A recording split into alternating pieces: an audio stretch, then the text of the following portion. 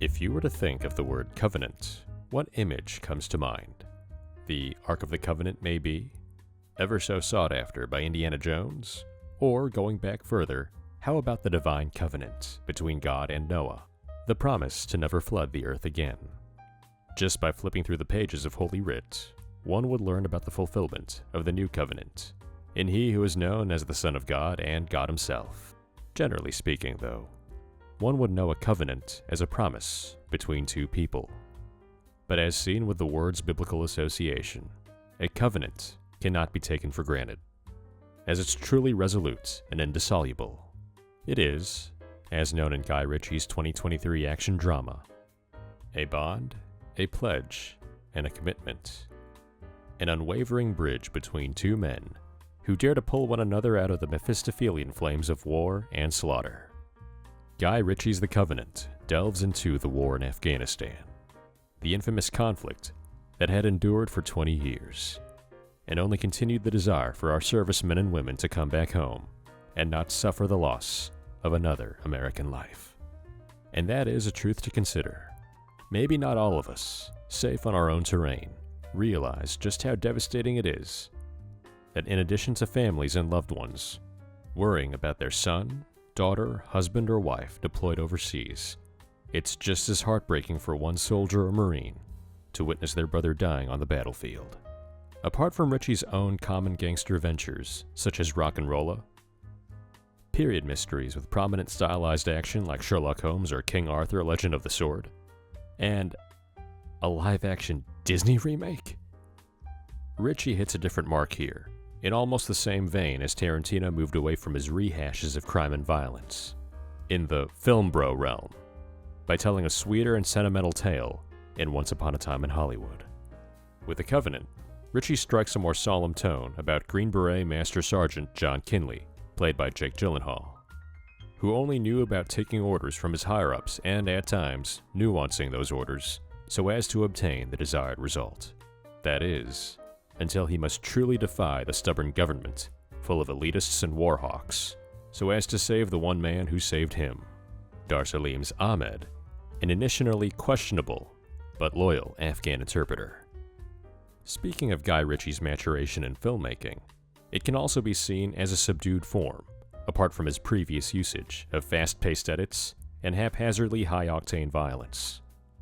The only form of dynamic footprints left to designate The Covenant as directed by the Guy Ritchie is his use of the camera zoom in and zoom out. For example, in one particular scene after Ahmed defies Kinley's orders during the interrogation of a Taliban suspect, Kinley declares, "Don't ever override my authority again." As the camera cuts between both characters and ever so gradually zooms in on each of their faces. Once Ahmed apologizes and receives Kinley's respect, the camera silkily and quickly zooms out from Kinley's face to establish relief and a sense of trust. And that sense of trust can be too difficult to establish on the battlefield, especially between the two unlikeliest of allies. From trust, so too will the feeling of brotherhood be hard to come by. But thankfully, brotherhood only materializes from this moment on, and even inspires Kinley, solidifying for him that sometimes orders must be ignored to attain the desired result, and for a covenant to remain unbroken. During the next raid on another Taliban arms cache, Kinley loses all of his fellow men, and is left with Ahmed, fending for themselves until the former is injured and almost captured by the Taliban. As loyal and heroic as he is, Ahmed rescues Kinley, dragging him over mountainous terrain, protecting him from the prying terrorists under the dry heat and cold nights. And furthermore, does the Covenant strengthen. Thanks to Ahmed, the incapacitated Kinley is brought back to America to stay with his loving wife and children. But what about Ahmed, the Good Samaritan? Will he and his family be saved from the terror of the Middle East? This issue continually bothers the Master Sergeant, brought to light on a sleepless night when he tells his wife and himself this hard truth. I'm lying in this bed. I kiss my children before they go to school. And he's hiding in a hole somewhere.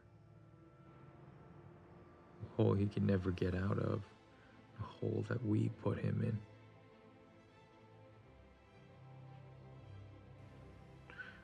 And that wasn't the deal. The deal was that we offered his family sanctuary. Then we tied a noose around his neck and we kicked the stool out from under him.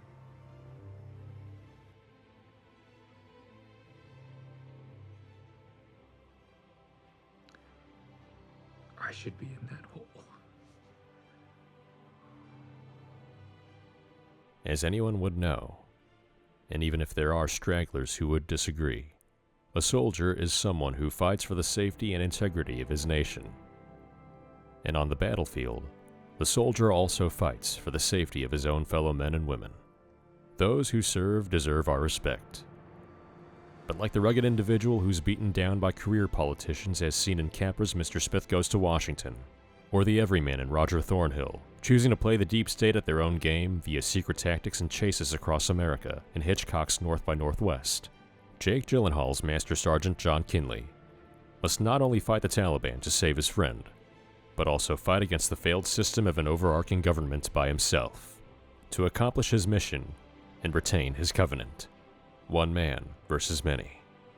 Now, one may question if Hollywood studios are utilizing the horrors of a soldier's plight or devastating wars for profit. The simple answer can be a yes. But surely declaring something such as this as another, as some people might say, dumb war movie, is quite foolish. Again, as opposed to reckless violence that may have been found in Ritchie's early work, the English filmmaker has found a form of sophistication that matches the thematic material. The Covenant isn't blatantly patriotic or propagandistic, but a story of two men who found a responsibility towards each other. Through the death of his son, before the events of this story, Ahmed has found a purpose and an opportunity to stop real evil from having its way. He becomes an interpreter for the Green Berets and saves the man who recruited him. In exchange, Kinley sees how being safe at home with his wife and children is unfair to his new friend and brother, who now with his own wife and newborn son has to keep running from the Taliban and find new safe houses just to stay alive.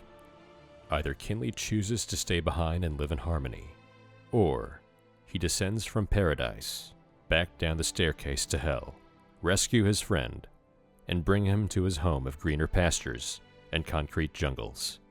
So by way of such elements, the existence of patriotism is undeniable.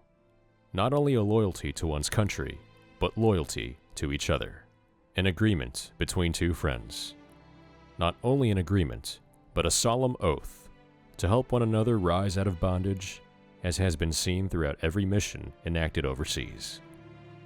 As stated in the film, more than 300 interpreters and their families have been murdered by the Taliban for collaborating with the US military. Thousands more are still in hiding. Guy Ritchie's The Covenant isn't strictly a war film or an action flick, but a stark reminder of the men who offer themselves for our soldiers and fought alongside them, and how they helped America's sons and daughters weave through the hellish pangs of bullets, mortars, and grenades, so as to increase their chances of returning home. A covenant may be seen as a promise between two people. Here, an unwavering bridge between two men who dare to pull one another out of war and slaughter.